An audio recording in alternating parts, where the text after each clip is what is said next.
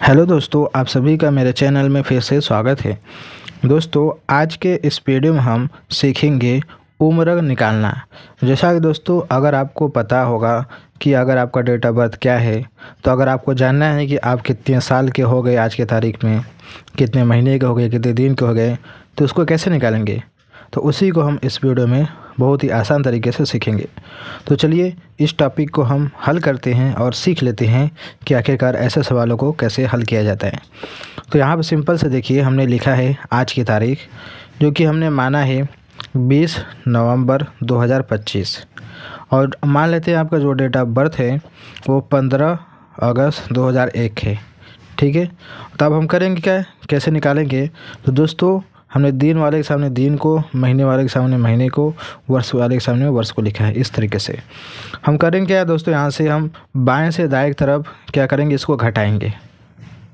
ठीक है, चलिए इसको हम घटाते हैं। तो 20 में से जब 15 घटाएंगे कितना बचेगा, 5 बचेगा। तो यहाँ पर लिखेंगे हम 5। 11 में से जब 8 घटेगा तो कितना बचेगा, तो 11 माह में से जब 8 माह घटेगा क्या बचेगा, 3 बचेगा। अगला क्या है, 2025 में 2001 को घटाना है। तो 5 में से जब 1 जाएगा क्या बचेगा, 4 बचेगा। 2 में से 0 घटेगा तो 2 ही बचेगा। अब 20 में से 20 घटेगा तो क्या बचेगा, 0। यानी इसका मतलब ये हुआ कि आप जो है 24 साल 3 माह 5 दिन के हो गए। समझ गए। आज की तारीख आपने लिख लिया, अब डेट ऑफ बर्थ लिख लिया, उसको घटाने पर जो आएगा वही आपका क्या हो जाएगा, साल माह वर्ष हो जाएगा। ये था बहुत ही आसान। इससे थोड़ा सा एक और है जो सवाल, जो डिफरेंट थोड़ा सा है, कठिन है, उसको कैसे हल किया जाएगा, चलिए उसको देख लेते हैं। तो ये है हमारा दूसरा सवाल, जिसमें आज की तारीख तो हमने सेम लिया है कि 20 नवंबर 2025, जिसमें हमने जो डेट ऑफ बर्थ है वो हमने चेंज कर दिया है। क्या हो जाएगा, वो 25 दिसंबर 2003 है। तो इसमें क्या अलग है वो हमको बताऊंगा। तो इसमें वही काम करना है, बाएं से दाएं की तरफ घटाना है। ठीक है, यानी इधर से इस तरफ इस तरीके से घटाना है। ठीक है, दिन की तरफ से घटाना शुरू करेंगे, वर्ष पर ख़त्म करेंगे। तो 20 में से तो 25 घटेगा नहीं, ये तो आपको जानते ही होंगे। तो यहाँ पर एक काम क्या करना पड़ेगा, ये जो 20 दिन है जो कि घटेगा नहीं 25 में, ये महीने से उधार लेगा। तो यहाँ पे जो 11वां महीना है, इसको एक माह अपना उधार दे देगा। तो 11 महीना कौन सा है, नवंबर है।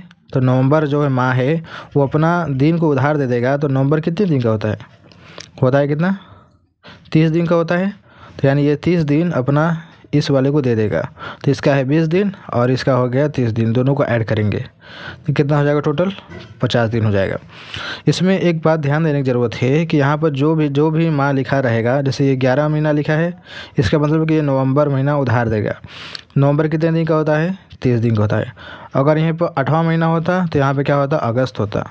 तो अगस्त कितने माह का होता है, यानी अगस्त महीना कितने दिन का होता है, 31 दिन का होता है। तो यानी कि यहाँ पर 30 जगह पर 31 लिखते।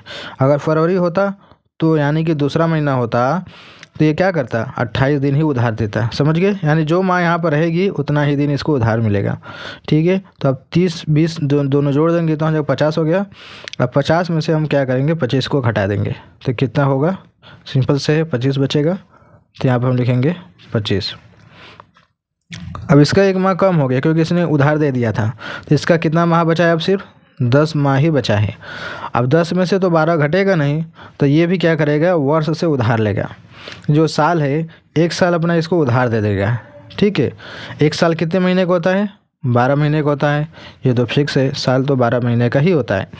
तो 1 साल जब इसको उधार देगा तो इसका जो 10 माह था और इसमें जो 12 महीने और जोड़ जाएंगे, टोटल कितना हो जाएगा, टोटल 22 माह हो जाएगा। अब 22 महीने में से 12 माह को घटाना है। ठीक है, अब घटाएंगे तो कितना बचेगा, ये बचेगा 10 माह, यानी यहाँ हो जाएगा 10 माह। अब देखिए, ये जो साल है, इसने 1 साल उधार दे दिया था, इसका 1 साल कम हो गया। 2025 था, अब ये क्या हो गया, 2024 हो गया। अब 2024 में से 2003 को घटाना है तो क्या हो जाएगा, तो घटेगा जब कितना बचेगा, 4 में से 3 जाएगा, बचेगा 1। 2 में से 0 घटेगा 0, और 20 में से 20 घटेगा, बचेगा 0। यानी कितना टोटल हो जाएगा, 21 साल 10 माह और 25 दिन हो जाएगा, क्योंकि साल महीने दिन के हो गए हैं।